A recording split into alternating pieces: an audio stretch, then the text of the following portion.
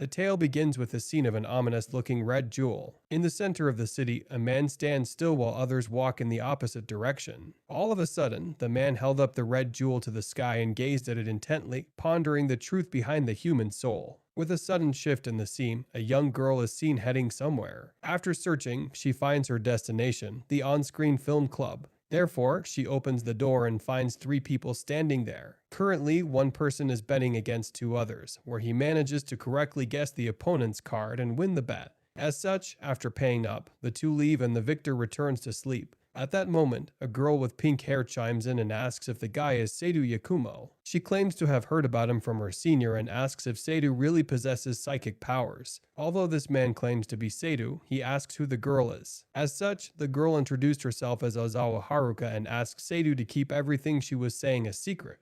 With this, she begins her story about how, 2 weeks ago, she and her seniors were celebrating a farewell. There, someone suggested doing a test of courage at the old building, which is off limits to the students. As the four of them entered, they soon noticed something weird. Their shadows were moving on their own and had a monstrous appearance. 10 days after this incident, suddenly the students started to become possessed. The first person was Miki, who is still in the hospital. Next was Kazuhiko, who jumped off a building and died. Upon hearing this, Seidou asked Haruka if she had witnessed Kazuhiko's death. He announced that if she had not, they could not be sure of the involvement of ghosts. Nevertheless, Haruka wants Seidou to save Miki. He agrees to help, and only for the cheap price of 25,000 yen. It's quite a bargain if you ask me. Haruka is somewhat reluctant to pay in advance when suddenly she notices that Seidou was cheating earlier by using a mirror. Upon seeing this, she decides to leave and heads back. However, Yakumo, impressed by her wit, decides to help her without taking the advance. However, Haruka thinks he is a fraud, but Seidou claims that he can see ghosts. Not only that, but he can also communicate with them. Although he can communicate with them, he is still unable to exorcise the ghosts. However, he can talk some sense into them. Hearing this, Haruka is not convinced. However, he begins announcing about Haruka's late twin sister, who passed away in a car accident. Hearing him speak of her, Haruka asks him to stop and believes his words. And so, they both head to Miki's hospital, where she is seen to be extremely weak. Haruka explains that she is getting weaker and the doctors do not have a diagnosis. But Seidou can see something the doctors cannot, the souls of the dead. On Miki's body, he sees the soul of 4 people and he communicates with them. After the visit, he tells Haruka that Miki has been poisoned by the soul of 4 murder victims. Not only that, the soul of the dead usually remains at the site of the murder or the place where the bodies were dumped. Consequently, there must have been a crime committed in the old building. Later that night, Haruka suddenly gets a call and rushes to the train station. There, she learns that her friend, Yuichi, has committed suicide. There, she meets with a professor who saw the incident and discusses it with him. The professor explains that the site was similar to Miki's. Not only that, he claims Yuichi told him about the 4 of them sneaking into the old building, expressing all the creepy rumors surrounding that place. According to him, this must be the work of a ghost, but the police will obviously not believe this. However, Seidou is also standing behind her, gearing everything, and gets suspicious. Later, as Haruka and he departs, Seidou decides to walk her back home. But Seidou calls her an idiot, claiming that her life is now in danger as well. He explains that the one after them is a human and as such, she needs to stay close to him for her safety. The following morning, they both head to the old building, where Seidou tries to bribe the janitor to let them enter. Of course, he has no authority over this matter and tells them to get Takeoka's approval. The teacher they met yesterday, who also happens to be the old building's overseer. Funny how that happens. Not only that, but on the way back, Yakumo notices some misplaced dirt, tracking its path to find a bunch of stuff buried in the ground. This solidifies his theory. Takeoka is the one who murdered those women. Sitting at the cafe, they watch over Takeoka's every move, where Seidou explains his theory to Haruka. However, all this is a theory, and without evidence, they can do nothing. Apparently, evidence is easy to get as Seidou grabs a cup from the trash from which Takeoka drank. Later that day, he calls out and meets with Godu, a policeman. He hands Godu a bag, who then departs. With this, Haruka and Seidou return to the clubroom, where Seidou is still guarding her. Nevertheless, Haruka has to answer the call to nature and goes to the restroom. But, as she returns, she sees an ominous figure. On the other hand, Godu meets with a rather creepy old doctor, who confirms that the fingerprints on Takeoka's cup are the same as the ones on the buried passion. In action, even the owners, who were reported missing, have their prints on them. This proves Seidou's theory and Godu calls to inform him. but he is nowhere to be seen. He is seen to be in the women's restroom, where he finds Haruka's purse on the ground. With the help of some spirits who guide him, he makes his way to the old building. Inside, Haruka is restrained by Takeoka, who wants to murder her. But upon hearing Seidou's arrival, he hides himself and ambushes him when he frees Haruka. But his strike does not damage and only knocks out his contacts, revealing his left eye. Glowing red, he claims he can see the souls of the deceased through this eye. Oh, hell no!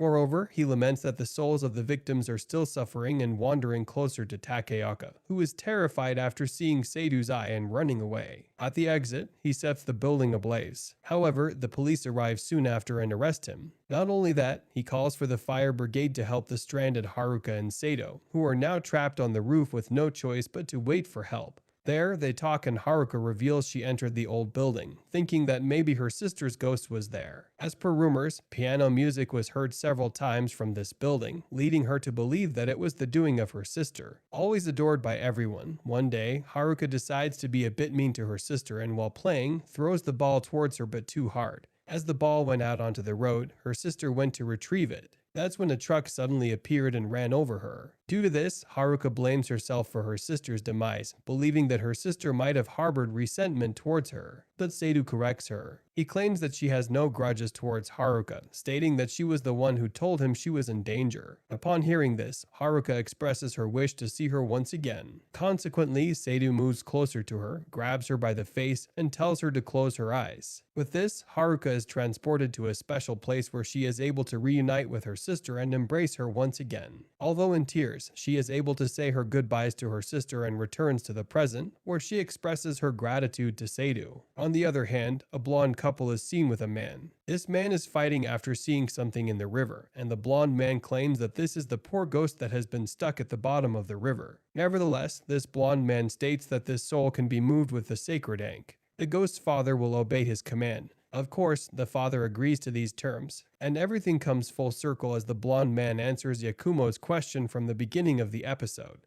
The truth of the human soul is darkness. Meanwhile, after some time passes, two workers are seen working in the late hours of the night in a shrine. They are setting up a stage for something and are forced to work so late because the chairman, an old man named Yuri, is arriving to check the progress first thing in the morning. There, one of the workers tells the other about the rumors he has heard, rumors about this place being haunted. All of a sudden, they start hearing a child's laughter, and the next thing you know, the ghost and the props begin to shake and break while an ominous black statue is shown. On the other hand, the next morning, Haruka goes to meet with Seidou to visit Miki at the hospital. There, she sees Seidou napping and moves closer to him. But he wakes up, seeing her face and recalling the night at the burning building. As he gets up, he states that it is bad luck seeing Haruka's face first thing in the morning.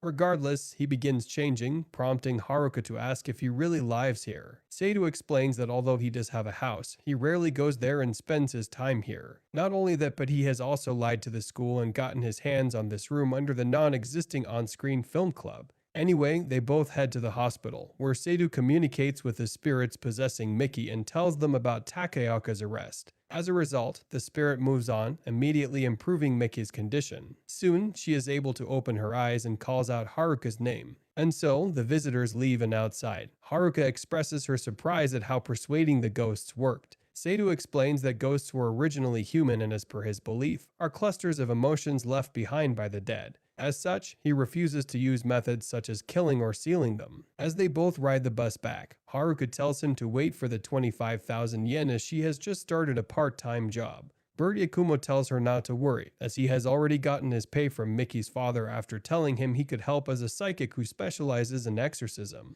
There, Haruka starts getting more familiar with him, but he is uninterested. Seriously, what the f? Soon, the Meisei University's bus stops arrives and he takes his leave, stating that the contract between him and Haruka has now come to an end. Regardless, later on, Haruka heads to her job, which she has already left but is still working at until a replacement is found. There, a wheelchaired old man arrives as a customer and Haruka acts as her waiter. There, she overhears his phone call where he mentions the fox's curse. This leads to Kunamatsu, the old man's attendant, to explain that there is a Tamatsuka fox shrine in this city. This old man, who is Chairman Eri, wants to erect a new building there, but the development has been running into issues, apparently because of Fox's curse. That night, Haruka decides to visit the shrine, where she encounters a human figure wearing a fox mask. Seeing this, she is terrified and flees immediately. However, while running, she bumps into a man who is seen to have a red eye similar to Seidu. On the other hand, the blonde man from before entrusts his female partner with the rest of the task.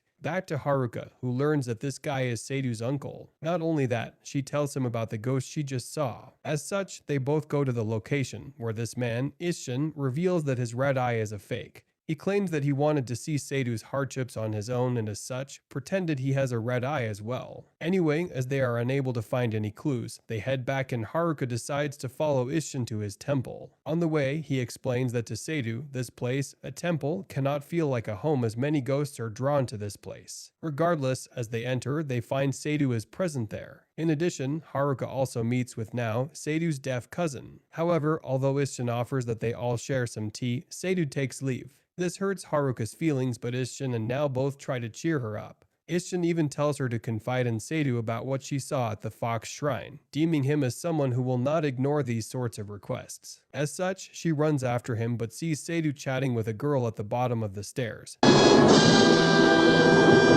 deciding to not intervene. The next day, she ceased to be distracted at work and later on, visits the Tamatsuki shrine again. This time, she finds the wheelchair chairman from before to be present there and tells him about the ghost she saw. Hearing this, the old man proclaims that life is cruel, stating that only when it is coming to an end is when one can finally see the truth. According to him, money, status, nor fame is important. Rather, what is important is to live true to yourself and have no regrets. Suddenly, the child's laughter is heard once again as the lights blow up. A piece of pipe also comes flying towards Haruka, but Seidu appears and pushes her out of the way. Seeing him, the chairman asks who he is. This leads to him explaining he is Yakumo, a person who is investigating this area as per a request. He claims that there indeed does live a ghost here, but this phenomenon was not caused by it. According to Seidu, ghosts are nothing but a cluster of emotions, which are not able to manipulate matter, and this leads him to theorize someone is behind this all. The laughter is from a speaker, the lights blew up because of gunpowder, and, as per him, the culprit is inside the storage shed, where all this equipment is connected to.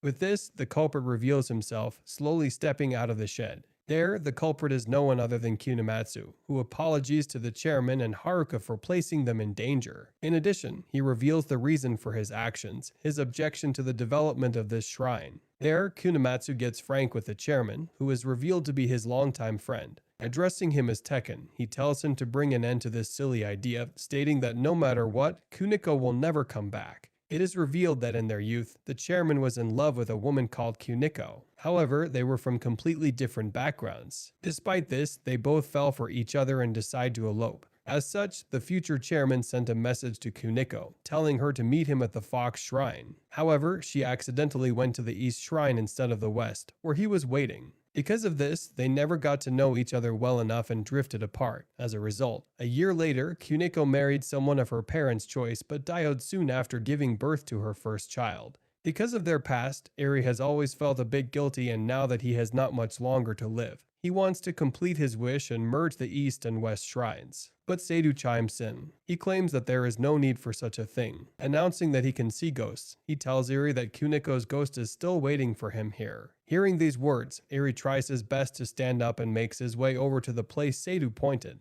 All of a sudden, the fox masked spirit appears in front of him. Having finally met his beloved, this fox spirit is finally able to move on from this world and ascend. After this incident, Yakumo meets with Masaoka Kimi, the Haruka saw chatting with Yakumo. He explains that this woman is the one who asked him to investigate this area. According to him, she read her grandmother's journal and visited the Tamatsuki shrine, seeing the ghost there. At the university, Haruka pays Yakumo a visit, wanting to be more honest with herself after the incident with Eri. On the other hand, the blonde woman from before is currently manipulating the father, who is finding possible candidates for his daughter's soul's new vessel. One night, a car is traveling on the mountainside. As a result, it goes through a dark and creepy-looking tunnel. However, as soon as the vehicle enters, a black mist starts appearing from the walls. Eventually, a hand phased through the car's roof, suddenly terrifying the driver. But that's not all, as a woman's head emerges from the car floor, turning into a demonic face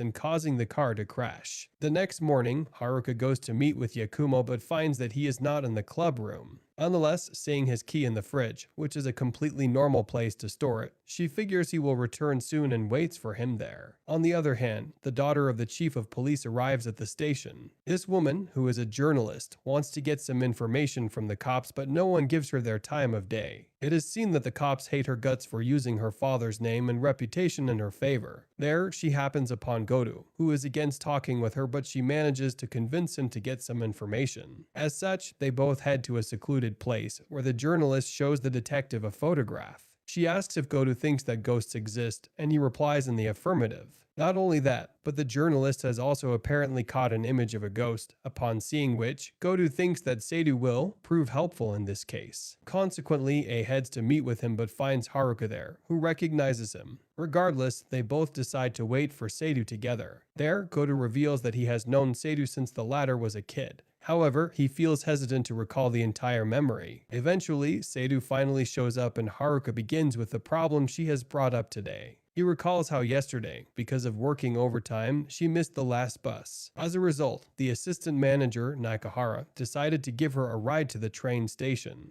But on the way they had to pass the supposed haunted tunnel. When going trough, they saw many sinister-looking figures, but Nakahara managed to flee from the tunnel. As such, Haruka wants Seidu to check her and Nakahara for any ghosts that might have attached themselves to the unsuspecting humans. Although Seidu claims Haruka is free of spirits, he cannot tell anything about Nakahara without seeing him and agrees to check him on his conditions. After this, Godu is up next and he shows Seidu the ghost picture, asking what he thinks about it. Immediately, Seidu sees that the background contains a garage, and not any garage but an illegal one, run by Hayami Toru, a low-life mechanic who fixes any and all cars for money. During a recent hit-and-run case, this place was discovered, but Toru had already abandoned the place by them. Moreover, the spirit in the photo is a grade scholar who went missing 2 months ago and was never found. Therefore, Godu wants Yakumo to communicate with the ghost of this child and find out information on Toru. As such, the first thing is discovering the body. As a result, God and Seidu head to the location and begin digging a hole. There, they eventually find the child's body. And so, the body is taken back to the old creepy doctor from before, who examines the corpse and deems that the body has a rope mark around the neck. This leads to the conclusion that the child was run over and then strangled to death. Hearing this, Godu is enraged when suddenly he gets a call from Hijikata, the chief's daughter. She wants to talk to Godu about something, but Godu has no time to meet up, telling her to just tell him the facts over the phone. As such, she tells him that the owner of the illegal garage, Toru, has been arrested as of now. On the other hand, Haruka brings Nakahara to Seidu to get him cleared of any ghosts. There, Seidu finds no lingering ghosts around while Nakahara is intrigued by his room greater than. However, he happens upon the ghost photo, which has been placed up against the wall, and begins to tremble. Yakumo notices this and becomes wary of him. Consequently, he heads out of the room to tell all this to Godu. According to Seidu, Nakahara either recombines the location, the ghost in the photo, or the murderer himself. All of a sudden, Hijikata brings Godu some new information. Toru has confessed. This proves Seidu's theory that Nakahara hit the boy with his car. As a result, he went to Toru to fix his car while he buried the still breathing boy to cover the incident. With this, Godu tells him to keep Nakahara there at all costs, but it appears that he, along with Haruka, has already left. Therefore, Seidu calls Haruka, but she decides to top not to pick up, recalling how he told her earlier that he has no need of telling her his movements. Nevertheless, all of a sudden, Nakahara's body tenses up. Uncontrollably stiff, he runs over a red light, making Haruka question his actions. But he claims that he cannot move his body. Suddenly, she sees the image of the ghost child in the rear seat. As the ghost disappears, Haruka gets the ingenious idea to call Seidu, instead of having just picked up her phone in the first place. Hence, after Godu arrives, Yakumo joins him and they chase down Nakahara. Soon, they manage to catch up and Yakumo wants to try and convince the ghost to carry out his plan. However, he fails to do so. This makes Seidu perplexed at what he should do now, and seeing him in peril, Goto decides to do something. Accelerating even more, he comes directly parallel to Nakahara's car, using his own vehicle to smash the enemy car into the rails and walls, managing to stop the car. As both cars come to a halt, Seidu hastily checks up on Haruka when, all of a sudden, the ghost runs right past him. As such, he follows him deeper into the tunnel. There, the boy begins to get sucked into a ball. Seeing this, Seidu extends his hand to help the boy's ghost but decides against it, leaving the ghost to get consumed by the sinister blobs in the tunnel. The next day, Haruka returns to the tunnel to offer flowers to the boy's soul when Isshin and Nao also show up.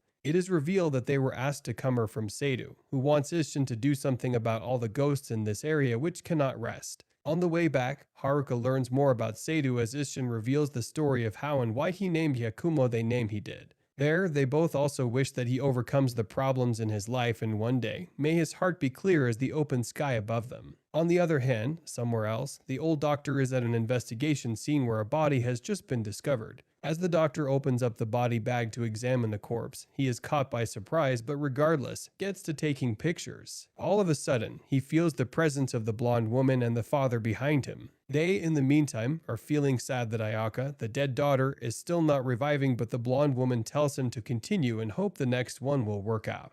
Even the blonde man is seen there, and at a closer look, it is revealed that he too has a red eye, as he prepares to face off against Yakumo. On a dark and rainy night, Hijikata drives on empty roads. Suddenly, in the middle of the street, she sees a pain laying on the road. Seeing this, she immediately gets out of the car and heads towards this man. Upon inspection, she finds him to be wriggling in pain while holding his chest. As such, she immediately calls an ambulance when, all of a sudden, he begins to scream aloud in pain. And the next thing you know, his body ceases to move. Hijikata, who is now on the ground after getting scared, is distraught. However, the real danger still eludes her. As she turns back, she finds the figure of this man behind her, covered in an ominous purple aura. The next morning, a corpse of a schoolgirl is discovered and hence, the police are called. There, the creepy old doctor is called to examine the body and learns that the method of killing is the same as the girl they found previously. As a result, he concludes that this must be the work of a serial killer. All of a sudden, another police officer comes running, telling his peers that they are going to hold a press conference about this situation. Although the old doctor is surprised about this, one of the officers reveals that just recently another girl was reported missing. Rumi, who is now being investigated and on the news because of her disappearance, has made this situation public, and so the police will have to have a conference about it. Therefore, the officers head to the venue, but there, they learn that Goto has been transferred out of this unit. Because of his tendency to poke his nose in unrelated matters, the top brass has sent him somewhere else. This somewhere is the Criminal Investigation Division's Unsolved Cases Special Investigation Unit. Along with him, Ishii Yutaro has also been transferred. At the office, Ishii arrives for the first day, introducing himself, but Goto is taking a nap and ignores him. Suddenly, the phone starts to ring. It is the chief calling him to his cabin, but Goto is reluctant and tells the chief to just tell him the situation over the phone. This rash side of Goto makes Ishii watch in admiration. Meanwhile, at Meisei University, Haruka meets with a concerned friend. This girl tells her about how she saw a ghost and was told by Miki to consult Haruka. As such, Haruka goes to the film club room, where Yakumo is sitting on his own. Once there, Haruka takes out some of her personal belongings from the fridge, starting an argument with Yakumo. Moreover, it is revealed that Haruka is now an official member of this club, and as such, she has just as much entitlement to the facilities here as Yakumo. There, Yakumo also notices Shoshi has started calling him Yakumo, unlike before when she referred to him as Seidu-san. She claims that it feels weird calling him so formally when they are the same age. Somehow or the other, she convinces him of this, but just as she is about to get onto the reasons he is here, Goto walks in. He tells Yakumo to come with him. Seeing this, he tries to come up with an excuse, stating he has arrangements with Haruka, but she is nowhere to be seen. It is revealed that she sneaked out earlier and now is trying to investigate her friend's incident on her own. While Goto takes Yakumo to the chief's house, he tells him about how Hijikata, the female journalist, and Ando, a 42-year-old man, were found collapsed on the ground. Ando dies due to an overdose, but now Hijikata's family are claiming she has been possessed. It so happens to be that the chief of police is Hijikata's father, who has begged Goto to save his daughter. And so, they finally reach their destination. While Goto and Yakumo head inside, Ishii is seen to be fantasizing about Haruka, bewitched by her beauty. Stop it. Get some help. On the other hand, Haruka violates the location of the incident. There, she finds a grave and decides to pray over it. Nevertheless, as she looks up, she finds a white figure floating on the river. This white figure's words manipulate Haruka, telling her to come closer, and she jumps into the river. Fortunately, there happen to be policemen around who overhears the commotion. Back at the chief's house, as Godu and Yakumo enter, they find a bed where Hijikata is laying down, looking pale, weak, and out of it. However, upon sensing their presence, she sits up straight, making aggressive and insane expressions towards them. Telling Godu to stay back, Yakumo closes in to take a better look and finds that Ando's soul is looming over her. With this, he takes a step back, informing Godu about his findings. According to him, Ando wants to live desperately, and that is why he is possessing Hijikata. Not only that, but if this continues, she will weaken more and eventually die. Even Yakumo is not sure how to deal with this situation, but first, they need to know all they can about this Ando guy. Consequently, they head to the creepy doctor to retrieve Ando's files. There, the doctor is amazed to see Yakumo. He welcomes him, asking him questions about death and human souls. However, Godu and Ishi break up the topic. Anyway, after retrieving the files, Godu orders Ishi to go find the stuff Ando had on him when he died. As such, while Ishi is away, Godu and Yakumo look over the files. While waiting, Yakumo claims that Ishi holds feelings for Godu, feelings which are something more than respect and admiration, as per Yakumo. This male Godu derided out when suddenly Ishi finally arrives. Although Godu is now worried about Ishi's intentions, they all still go over the items, and Yakumo finds a picture in a book. This is the picture of Ayaka, the same ghost Haruka saw on the river. With this, Ishi is ordered to investigate one of the keys while Godu and Yakumo investigate the other key in this picture. As such, they head to a clinic to investigate the photograph. It just so happens that Haruka was also admitted there after being found by someone while drowning. There, Yakumo possesses a detective, however the doctor recognizes him. Apparently, he was the one who helped Yakumo's mother, Azusa, birth him. The doctor asks how his mother is, learning that she has been missing for 10 years. In a flashback, it is revealed that one night, Yakumo's mother tried to strangle him to death. Even the red jewel necklace belongs to her. That night, he manages to snatch it from her while he was saved by a security officer, Godu. Yakumo also has one question for the doctor. How did his mother react seeing that her newborn had a red eye? The doctor is hesitant to answer it, but upon Yakumo's insistence, he reveals that she was completely horrified after seeing this. This makes him extremely sad, and he exits the room, seeing Haruka, who woke up and ended up eavesdropping on the conversation, standing outside the door. Regardless, he ignores her and makes his way to the river. As he stares at the water, he is enraged and decides to discard the red jewel. As he begins to throw the necklace away, Haruka intervenes, stopping him from doing so. She claims that he should not throw it away, his mother's only possession, but Yakumo pushes her away. He questions what Haruka knows about him. As Haruka falls over, he realizes that he is getting violent and feels apologetic. But Haruka then begins to speak. She claims that of course she knows nothing about him. Yakumo is always alone, carrying all his burdens in silence. However, she wants to help him. Not only that, she tells him to not discard his mother's necklace, claiming that although she might have her reasons, she was still his mother. Her words are enough for Yakumo to change his mind. With this, he apologizes to Haruka, handing her the necklace to hold on to. As they share this bittersweet moment, they are seen to be watched by the blonde couple. The man expresses how, even despite learning the truth, Yakumo is still able to resist the darkness. But this is all just a path of life. Eventually, he too will fall into the abyss, swallowed by the never-ending night, just like his mother did. In addition, the man orders the woman to inform their victim that he has just found a perfect vessel for his daughter's soul. It is seen that their victim is no one other than the Dr. Kinoshita, who they just met with today. Regardless, now that Yakumo is in control of his emotions, Haruka tells him about her ordeal. Recalling the story about her friend, Mayuko, who happened upon the ghost, she takes him to the same location. There, Godu comes running behind. While Yakumo investigates, God asks what happened and Haruka tells him. Hearing this, he just tells her to call up Yakumo for these sorts of things. However, Haruka states that she doesn't want to be someone who just uses him for his power. With this, she goes to Yakumo's side, who tells her the same thing. Not only that, but he also sees the ghost. As such, they head back to the clinic.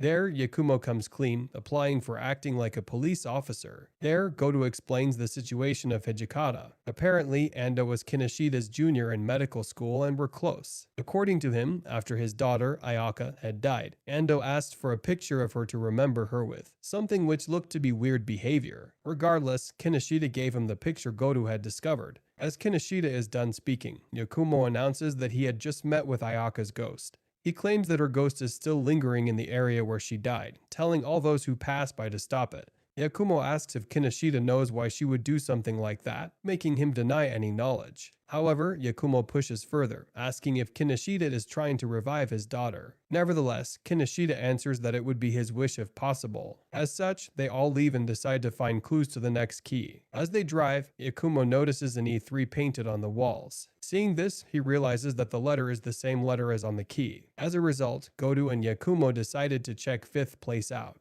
As they enter the shed, they slowly sneak in. There, they sense the presence of a human and arm their elves. However, what they find is Rumi, the girl who was recently reported missing. This news was made public and Rumi has written to her family in a statement. Not only that, the belongings of all the girls that have been murdered are also found in the shed, making Ando the serial killer behind this incident. The next day, the old doctor calls Yakumo to his office where he shows him the expressions of the recently murdered girls. The doctor said that in his long life has this sort of work. He has never seen such a peaceful expression on the dead and asked Yakumo if he knows what that might mean. But there, Goto, who is accompanying Yakumo, happened to see a photo. This is a photograph of Kinoshita, and by his side is the blonde man. Seeing this, Yakumo is perplexed. Meanwhile, Haruka is heading to meet with Kinoshita to thank him for saving her. On the way, she bumps into Isshin and Nao. As they all chat, Isshin notices that Haruka is wearing his sister's necklace. As such, Haruka explains that Yakumo had given it to her to hold onto.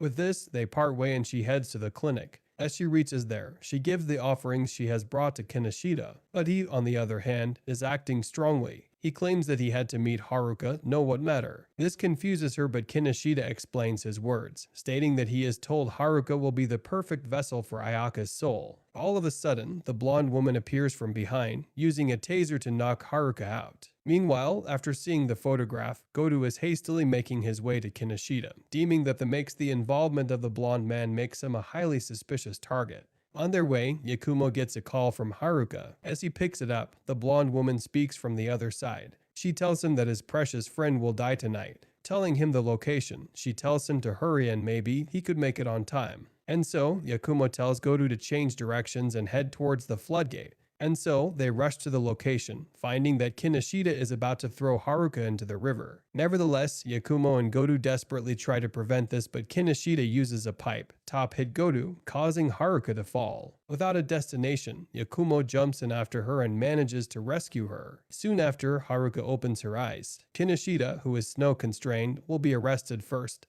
He wants to ask him something. As a result, he tells Goto to take them all back to the clinic and call up Hada, the old doctor, and Ishii, who is ordered to bring the possessed Hijikata. Once everyone has gathered, Yakumo begins. He asks if Kinoshita was shown Ayaka's spirit with the help of the two red-eyed men. Kinoshita agrees, explaining that he was told if he killed a girl the same age as his daughter, her soul would possess the corpse and Ayaka would be revived. On the next question, why did Kinoshita kill Endo? He did so because Endo was not his junior. Rather, Endo was introduced to him by this blonde man to kidnap the girls resembling his daughter. However, Endo soon began blackmailing him, asking for more money or else he would come clean to the police. That is why Kinoshita used drugs to kill Endo. According to him, trash like Endo, who uses the parents' love for their children to transport them, should die. But Yakumo comes in, claiming that even Kinoshita's victims had parents. This leads to Kinoshita abusing Yakumo, asking what a child his mother tries to kill knows. However, Yakumo then explains that although he might not know about this, he knows the suffering of a child who has to endure the consequences of his parents' actions. With this, he brings out the photos of all the recently murdered girls.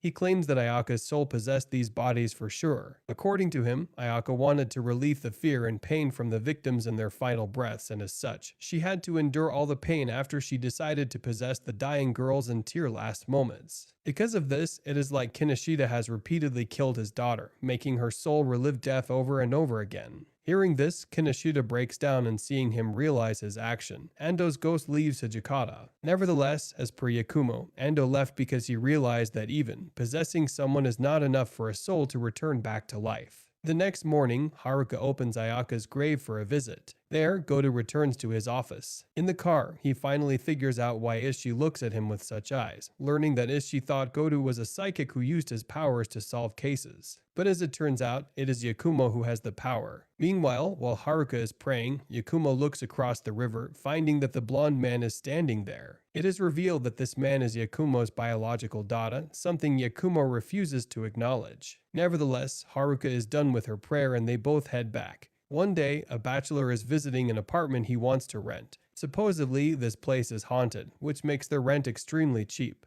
Not only that, it also comes with an inconspicuous mirror. What a great deal. However, that same night, he feels a presence while showering, but he just chalks it up to his imagination. As such, he continues his routine and heads into the room. Suddenly, the lights go out. Soon after, despite the darkness, the man sees a ghostly figure behind the mirror, causing him to scream in horror. The next morning, Hijikata visited the unsolved cases unit at the police department. Nonetheless, her arrival makes Ishii jumpy, and he ends up spilling coffee on himself. Anyway, Hijikata claims she has come to pay her thanks. However, Goto is nowhere to be seen. It has been revealed that he has taken the day off and returned home, but neither his wife nor child are present. Meanwhile, at the university, Haruka and her friends are discussing typical topics that girls often talk about. Who would have thought? Mayuko mentions Yakumo and shifts the conversation to Haruka. This leads to her rambling on about her feelings and personal issues, while her friends abandon her and go to talk to a guy who appears to be distressed. This is the same guy who was attacked by the ghost in the apartment. Date. This brings Haruka to the film club, where she finds Yakumo sleeping yet again. Regardless, she wakes him up and they both start bickering. Yakumo even called her fat, which was a Chad move. However, eventually, Haruka told him about Date's situation. Yakumo decides to help out and first heads to meet with the real estate agent. From him, Yakumo learns about how a woman named Kimiko passed away in that room, and ever since, ghosts have been appearing there. And so, Yakumo decides to learn more about Kimiko by heading to her workplace. There, he meets one of her co-workers. Posing as his family, he learns that Kimiko is a rather uptight and serious girl who is not very well liked by others. With this new piece of information, they begin their journey towards Date's location. However, on the way, Ishii and Hijikata spot them. Ishii is delighted to see his beloved Haruka-chan and asks her to accompany them. He claims that Hijikata is treating him to food to celebrate her recovery, so Haruka should tag along with them. Nevertheless, while she is talking with Ishii, Yakumo leaves her behind. Noticing this, she has to refuse the invitation and begins searching for him. Eventually, she finds her way to Date's apartment. As she arrives, there presses the doorbell and enters the house. Inside, she sees Yakumo without a shirt and he explains that he was borrowing Date's shower. Moreover, Haruka starts complaining and asks why he left her and then continues to ignore her calls. But Yakumo is unconcerned, claiming that he never asked her to come anyway. Despite this, the atmosphere is kind of steamy. This being the first time in a guy's room and the first time seeing Yakumo without a shirt, Haruka is acting a bit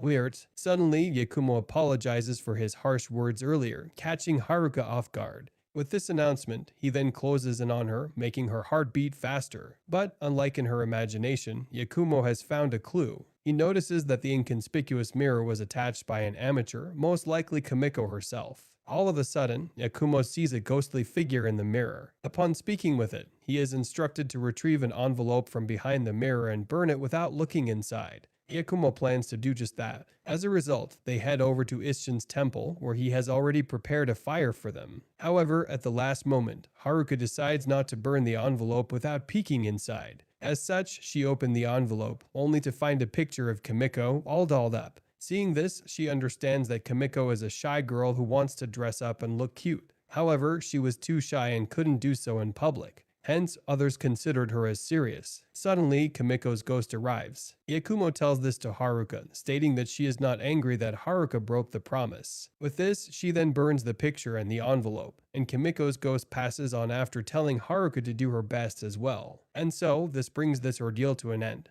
While Haruka plays with Nao, Isshin and Yakumo chat. There, he expresses his wonder if there was another personality inside his mother that he didn't know about, similar to Kimiko's shy side. Anyway, Haruka soon comes back, and they both leave the temple. As they exist, Now approaches him. Looking at him with puppy eyes, it looks like Now wants something. As such, Haruka gives him a clue. Now is wearing a new cardigan. With this, he understands what Now wants and gives her a compliment. This makes her extremely happy, and Haruka commends Yakumo by poking him in the ribs. This not only sends him flying away, but also reveals that his ribs are his weak spot. One night, a young girl was seen drawing savage cannibalizing humans while singing an eerie lullaby. Suddenly, she is approached by the blonde man. This man announces that dreams do not come true by merely drawing them, rather, one has to work and fight to make them a reality. Showing her his red eyes, he manages to convince her to come under his wing. The following day, Haruka heads to the film club once again. There, Yakumo is sitting on the couch and asks what kind of trouble she has brought him today. But today, she comes bearing good news and presents him with a concert poster. Haruka announces that she will be taking part in it and wants Yakumo to come listen to her play. In her tsundere attitude, Yakumo agrees to come along and Haruka leaves soon after, stating that she will bring the ticket tomorrow. Elsewhere, Hijikata is in an abandoned, ruined manor. There, she is taking pictures of this mansion, hoping to find any sophistication and such. Rumors surround this mansion, and that is what Hijikata has come to investigate.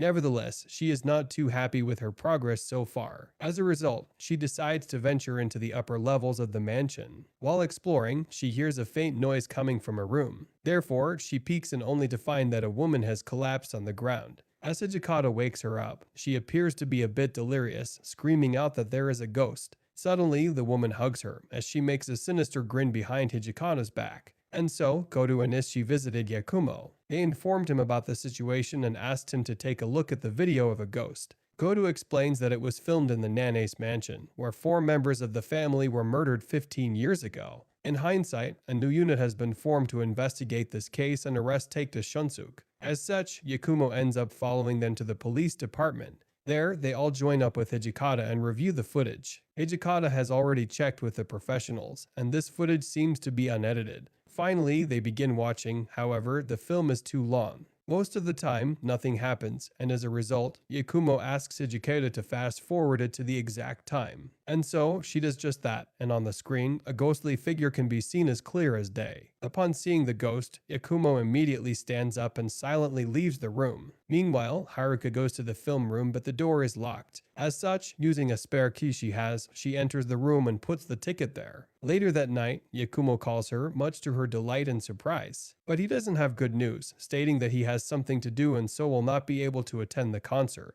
After hanging up, he heads over to a location. The next morning, Goto and Ishi are still trying to get in contact with Yakumo, but he isn't answering his phone. All of a sudden, Captain Miyagawa arrives. Meanwhile, Haruka goes to the club room and finds that Yakumo has not yet returned. Moreover, she finds a map with a location pinpointed on it and decides to go look for Yakumo in this too delicate area. As she explores, a man's figure is seen behind her. On the other hand, Goto has been dragged away by Miyagawa, who confides in him. She reveals that she was the officer who discovered Nane's murders. However, Miyuki, a 10-year-old girl, was kidnapped and is still alive. Even though she tried to save her, someone or rather something attacked her. Now, she has been missing for 15 years and Miyagawa wants Goto to find her and solve the case. And so, he takes Isshin with him and heads to investigate the Nane's manor late at night. But first, Goto suggests that they interview Ashino, the girl who filmed the ghost. But when they visit her, Goto finds her to resemble the blonde woman who accompanies the red-eyed man.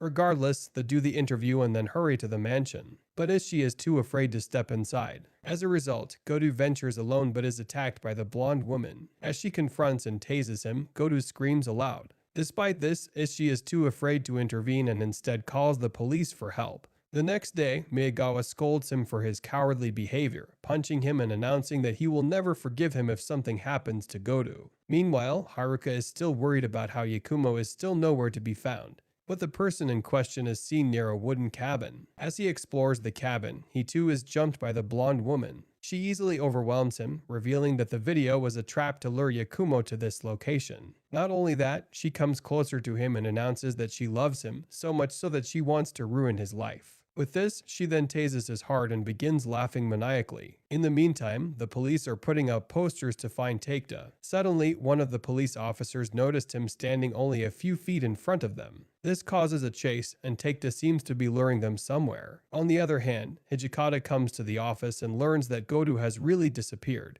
Not only that, she finds that Ishii is now a shell of his former self. As Yakumo is also out of range, they contact Haruka, who is en route to the temple. As a result, everyone gathers at the temple. After a short introduction, they get onto the topic. Learning that Goto and Yakumo both disappeared around the same time after seeing the ghost footage, Isshin wants to have a look himself. However, what he finds is shocking. The ghost captured in the video is none other than Azusa, Isshin's sister and Yakumo's mother. Suddenly, Ishii, who had been unresponsive until now, spoke up, suggesting that they should leave this to the police. However, Haruka refutes this and condemns Ishii for thinking in such a manner, calling him disgusting. As such, Ishii leaves the room and Hijikata follows him. She finds him sitting depressed on the temple stairs and gives him words of encouragement.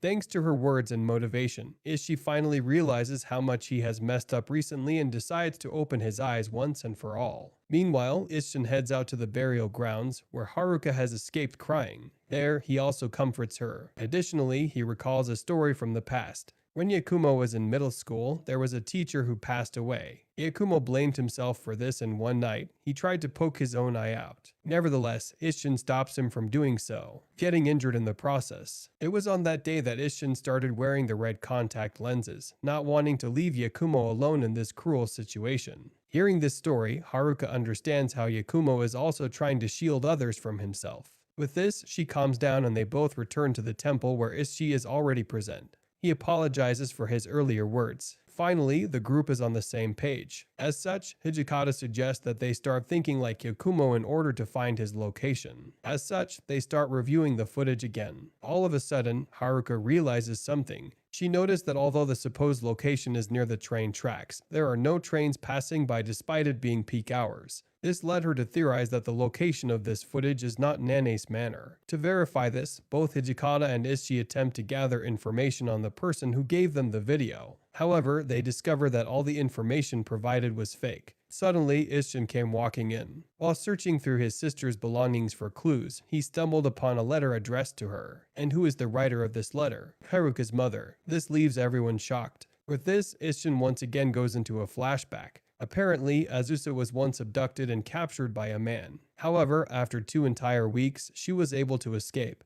And the one who helped her at that time was Kiko, Haruka's mother. Faith really is a mysterious thing, Isshin proclaims. In addition, he states that although he has wanted to open this letter multiple times, wishing it could hold a clue to her location, he couldn't bring himself to do it. Not only that, but during the time of Azusa's capture, she was abused. Later, she gave birth to Yakumo, with the biological father being the kidnapper. As such, Hijikata, Ishii, and Haruka leave Isshin alone and take the letter with them. Outside, they open up the letter and read it. But what they learn shakes them to their core. According to the letter, Azusa's fiancé was none other than Takeda, the one suspected of the Nane's murders. As such, they drop Haruka off at her apartment and go to the office to reinvestigate the case. Haruka is clearly exhausted, claiming that she hasn't slept since Yakumo disappeared. And so, she immediately goes to her bed and falls asleep, despite trying to stay awake. Meanwhile, the blonde man tells his subordinate that he is going to Yakumo because Takeda has made his move and entrusted her to capture Haruka. In the meantime, Takeda is still being chased, but suddenly, at a dead end, he disappears in front of his pursuers. Back at the office, Ishii stubbornly asked for any information regarding Takeda, wanting to find Goto.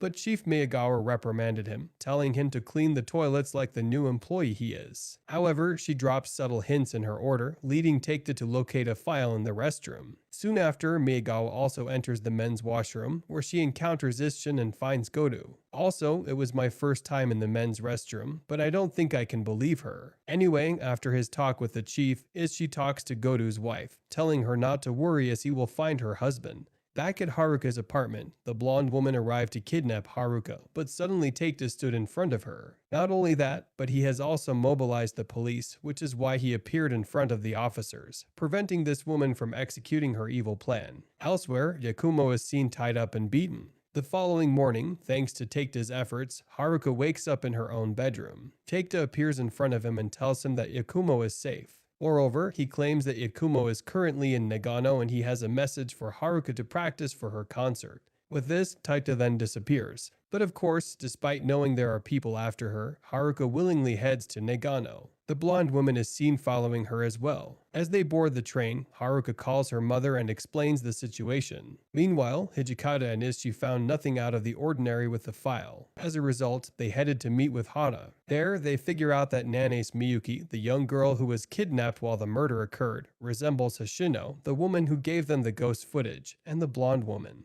Realizing this, Ishi rushes to Miyuki's grade school teacher and interviews her. It is revealed that Miyuki was abused by her family, and her father had even built a secret room, a special place where he could play with his daughter. During the investigation, they did not find a room like this, so they hurried back to the mansion. There, Takeda's ghost guides them to a secret room where they find Godu present. As such, they both free him, but Godu is in a rush. According to him, Yakumo and Haruka are in danger. He claims that Takeda's ghost has informed him about everything, and the blonde man wants to kill Haruka in front of Yakumo to bring him into darkness. Meanwhile, Haruka finally reaches Nagano, where her mother picks her up. As such, they both immediately head to the villa where Azusa was kept while kidnapped. Consequently, they took their way there. In the meantime, Haruka left her mother some distance away and ventured into the woods alone, eventually locating a wooden shed. She finds Yakumo inside and frees him. However, he has been drugged and is still dizzy from the after effects. Suddenly, Miyuki appears behind them. Holding a crossbow, she threatened the duo, but in a stroke of luck, Godu and the other arrived at the scene from behind. As Godu sneaks up on Miyuki, Yakumo acts as a distraction. The question of who the killer was arose, prompting Miyuki to explain that it was all her doing all along.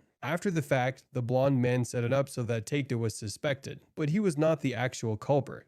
While she blabbers on, Godu finds the perfect moment and jumps on her, restraining her and allowing Yakumo and Haruka to run away. However, suddenly, the blonde appears in front of them. Not only that, Miyuki is able to knock out Godu with a taser as well. Upon the man's command, Miyuki was about to shoot an arrow at Haruka's leg, but suddenly, Azusa's spirit appeared. In the nick of time, she prevents Miyuki from firing and is prepared to finally show Yakumo the truth. Godu explains that, according to Takeda, when he was blamed as a criminal, Azusa went into a state of grief, confusion, and hatred. In those weak moments, this cold man coerced her into killing Yakumo, claiming that he would grow up to kill even more than Takeda, and that is the reason she tried to kill him. Upon hearing this, Yakumo understands what his mother had to go through and forgives her. Furthermore, he proclaims that he has many invisible bonds with others, both dead and alive, and because of this, he will not succumb to the darkness. But of course, the blonde man is skeptical of this, wanting to see how much more Yakumo can endure. Suddenly, Miyuki frees herself and uses her taser to cause an explosion, allowing her and her master to escape.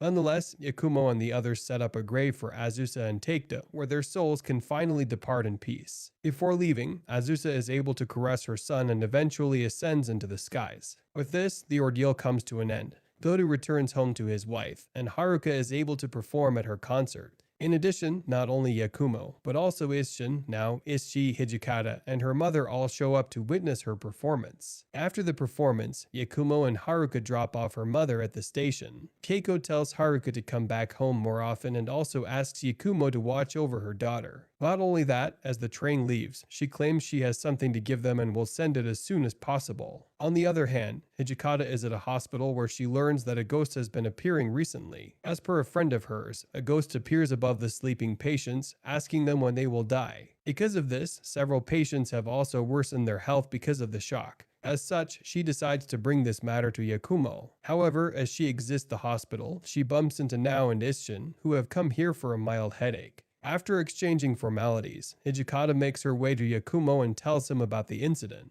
Hearing this story, he agrees to investigate this case. However, as of now, he has some prior arrangements. Consequently, he heads put to meet with Godu, Ishi, and Hana. There, they try and find clues about Yakumo's father and Miyuki's whereabouts. Not only that, after Ishi's ridiculous theory that the blonde man is a zombie, Yakumo also thought that his father might be a ghost. Back at the hospital, Nao meets with a little girl in a wheelchair who is telling Nao about death and such. Meanwhile, Isshin learns that he has something wrong with his brain and as a result, might not be able to live into the next year. Later, Miyuki is also cornered and arrested by the police and Godu learns about this the next morning. There, Maegawa explains that she has already sent in a request to interview Miyuki. According to her, the person in charge of this investigating 15 years ago is now an administrator at the headquarters. In order to keep his reputation intact, he is trying to make sure this incident isn't brought to the public, and as such, Maegawa has to act fast if she wants to know the truth.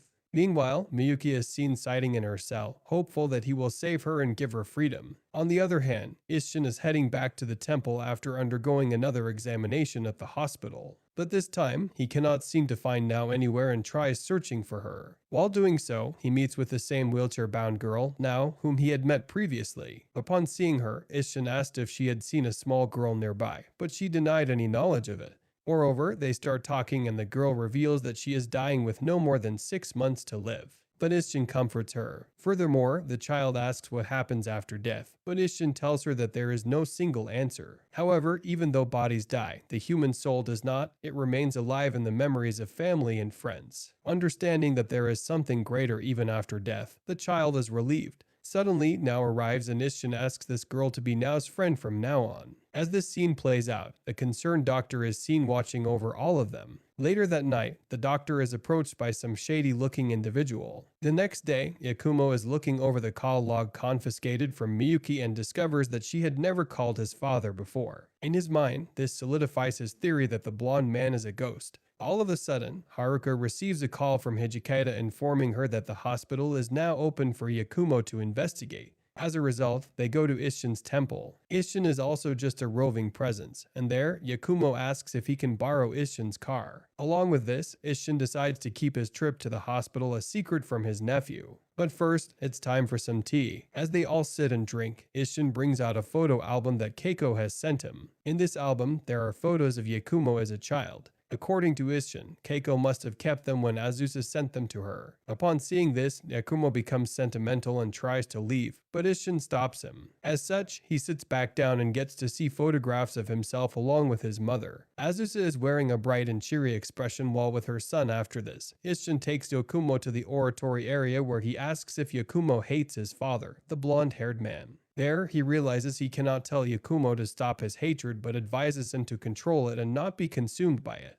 But Yakumo asks why he is being told all of this. All of a sudden, Isshin drops the bombshell on him. The doctors have given him at most 6 months to live. Isshin wants to keep this a secret from now. With a scene shift, Maegawa is seen interviewing Miyuki where Miyuki claims that Isshin will die, and the one to do it will be that man. On the other hand, the blonde man is standing on a rooftop, overlooking the city. After his chat with Isshin, he was allowed to borrow the car, but he still seemed out of it. He just cannot wrap his head around the fact that Isshin will soon no longer be with him. As they leave, Isshin also asks Haruka to watch over Yakumo from now onwards. With this, they both make their way to the hospital, where Hijikata is waiting for them. In the meantime, Ishii and Goto hastily make their way to the temple. On the way, Ishii learns about what Miyuki said. Eventually, they reach the temple, but Isshin is nowhere to be seen. Nonetheless, he soon arrives with Nao, claiming they had gone out to eat. Isshin is already aware of the threat he faces. Despite the situation, he is ready to face Yakumo's father and tells Goto to take care of Nao if anything happens to him. Suddenly, the blonde man appeared behind them. Isshin knocks out Goto with a swift punch to the gut.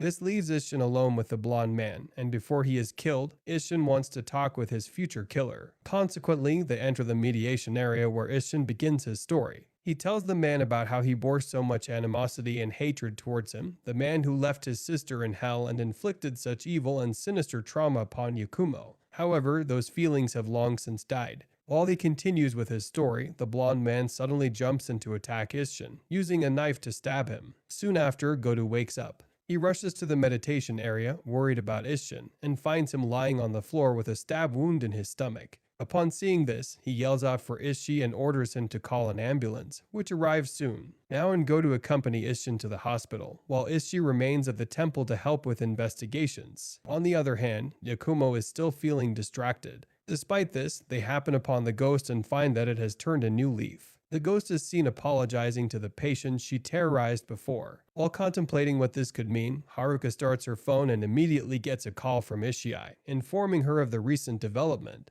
And so, they rush back to the temple, but Goto calls them midway, telling them that they are needed at the hospital they were just at. And so, they all reach the hospital and Isshin is put in an emergency operation. However, even the doctor fails to be useful. Even with the machine connected to him, Isshin's heart is still barely beating, and he is now brain dead due to the lack of blood. Hearing this, everyone is completely distraught and perplexed. Suddenly, Arai, Hijikata's friend, comes to talk with Yakumo privately. There and Goto also announce that they will be the ones to take care of Nao from now on, keeping true to the word they gave to Isshin. As such, he brings Haruka and Nao to his home and leaves immediately to help with the investigations. There, Goto's wife takes care of Nao, who is mentally exhausted and falls asleep soon after. Meanwhile, Yakumo spends the entire night by Isshin's side. The next morning, Hijikata tells Miyagawa that she has been ordered by her boss not to write about Isshin's stabbing. Not only that, but Miyagawa is also having trouble as the administrator is trying his best to keep this incident under wraps and away from the public's view.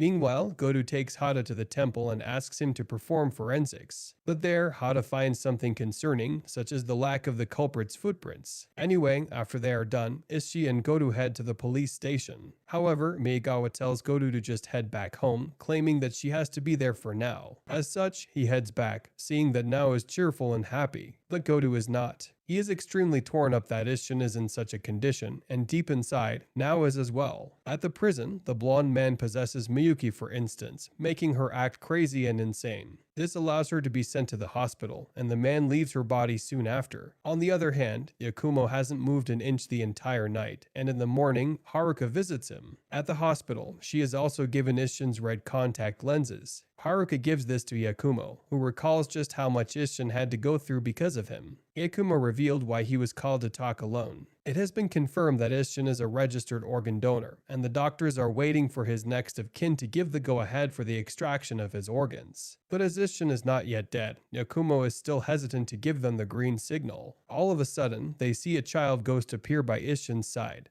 This ghost checks up on him and then leaves, but Yakumo and Haruka decide to follow it back. Thanks to this, they are able to locate where the ghost is headed and learn that it is the ghost of a little girl, the same one Isshin and Nao had met previously, named Yoshiko. Arai, who is with them, informs them about Yoshiko's condition and explains that she will die without an organ transplant. As they leave the hospital that night, Yakumo is seen staring at a black car. Somewhere else, it is revealed that the ambulance carrying Miyuki was stolen and has just been discovered. Two policemen spot the ambulance and move in to intercept it. Suddenly, the blonde man appears behind them. Posing as a distraction, he allows Miyuki to attack the officers from behind using pipes. At the police station, Haruka confides in Goto, telling him that she thinks Yukiko has found the real culprit. However, because of Isshin's condition, his hatred has manifested and he now hates the world. Upon hearing this, Goto recalls that he was also like this in middle school. This piques Haruka's curiosity, and as such, Goto tells her about his and Yakumo's story. He first met Nakumo the day he saved him from his mother. However, after that incident, he no longer saw me around.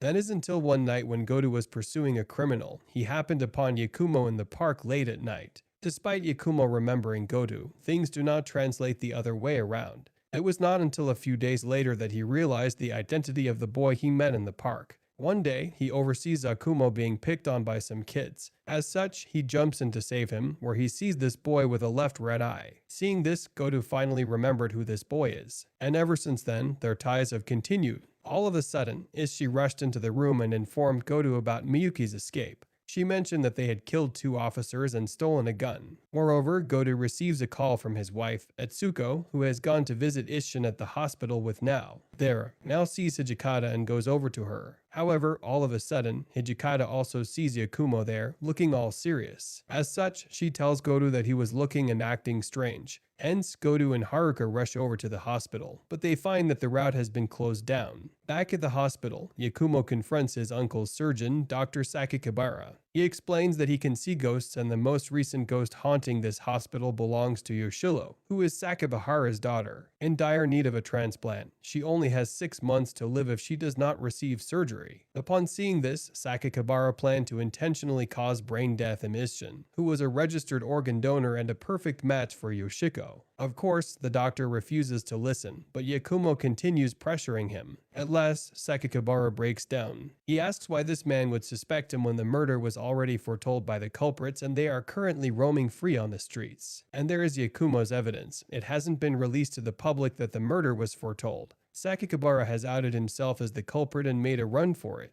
Unable to drive his car, he tries fleeing on foot but sees Haruka and Goto arrive, walking since the route was closed. Seeing them, he headed to the roof to leave via helicopter, but Yakumo is waiting for him. Now with no place left to run, Sakakibara tries to use a scalpel and kill Yakumo as well, but gets overpowered easily. Yakumo is then confronted by his father. On the rooftop, a blonde man tries to tell Yakumo once again what he has been saying all along. The truth behind humans is darkness. Even law-abiding citizens will kill without hesitation if it means they and their families can survive. Upon hearing this, Yakumo claims that his father was the one who tricked Sakakibara, but the man refutes this, stating that all he did was give him an opportunity. Sakakibara was the one who decided and acted upon his impulses. Soon, Godu, Haruka, and the others arrive at the roof while Yakumo tests out his theory. Using only his left eye, he confirms that his father is nothing but a ghost. Suddenly, Miyuki jumps in from another roof. Holding a gun, she aims at the onlookers and shoots. The bullet penetrates straight into Godu's abdomen, causing him to scream out in pain and collapse on the floor. Upon seeing this, a greater deal of hatred arises inside Yakumo, and this is exactly what his father wanted.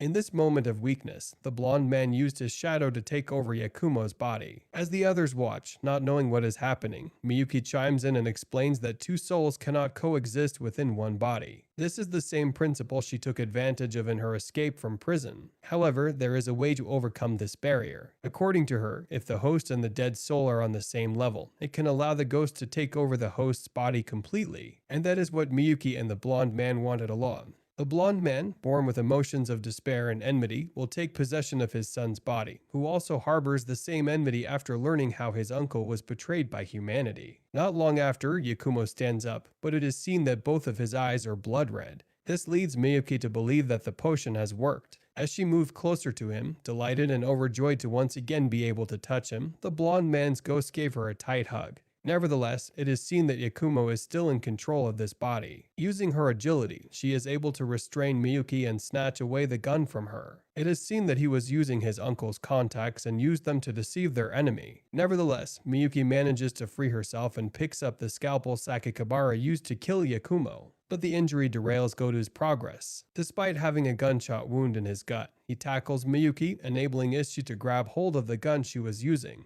As such, he points it towards Miyuki, but she remains unafraid and bares her fangs towards Yakumo. But soon, she breaks down. She asks where on earth her master is when suddenly she sees the ghost of the blonde man behind Yakumo once again, this time on the verge of disappearing. Even in this state, the man tries to mock Yakumo, claiming that he will one day succumb to the darkness since they are connected by blood. However, Yakumo corrects him. His father is not this wretched spirit. Rather, it is Sato Isshin, the man who raised him to be who he is now. To prove his point, he heads towards Sakakibara and tells him just how much animosity he holds for what he did to his uncle. However, he is also a victim. Upholding his uncle's last wish, he agrees to sign the consent form for organ donation in order to save Yoshiko's life. However, in exchange for her operation, Sakakibara must turn himself in. Not wanting to live in this cycle of hatred, he then turns to his father, vowing to never become like him. But the blonde is unchanging. He claims that as a ghost he will one day return and meet with Yakumo again, as he will not disappear until his objective is fulfilled. Seeing him disappear, Miyuki also tries to escape, but knowing that his beloved care not for her, she drives her car into a lake. Soon after, a funeral is held in Isshin's honor. Godu sneaks out of the hospital to attend, along with Hada and Ishi, and meets with Miyagawa and Hijikata, who are already there. As they gather, Hada points out how the blonde man never commits a crime himself. Rather, he just appears and coerces weak-willed people into doing the crime. As such, Hada deems him the cluster of human sin. Following the funeral of Yakumo's uncle, an unexpected discovery awaited him. His uncle's spirit lingered, unwilling to depart from the realm of the living.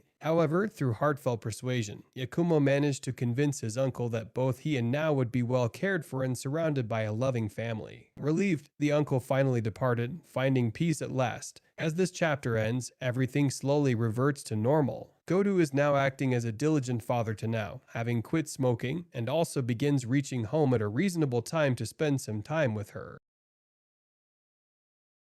Hada is still the weird, creepy body dissecting loving doctor. Ishi has become more accustomed to this department and is slowly taking over Godu's recent slack. Haruka and Yakumo contrad their adventures, helping the students of their university with their supernatural problems.